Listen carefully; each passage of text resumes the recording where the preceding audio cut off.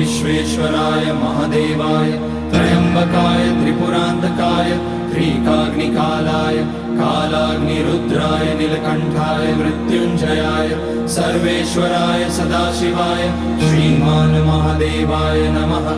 ओम नमः शंभवाय च मयोभवाय च नमः शंकराय च मयस्कराय च नमः शिवाय च शिवतराय च।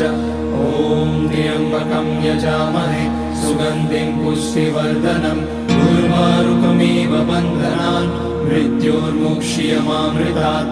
नागेन्द्रहाराय त्रिलोचनाय भस्माकराय महेश्वराय नित्याय शुद्धाय दिगंबराय तस्मै नकाराय नमः शिवाय।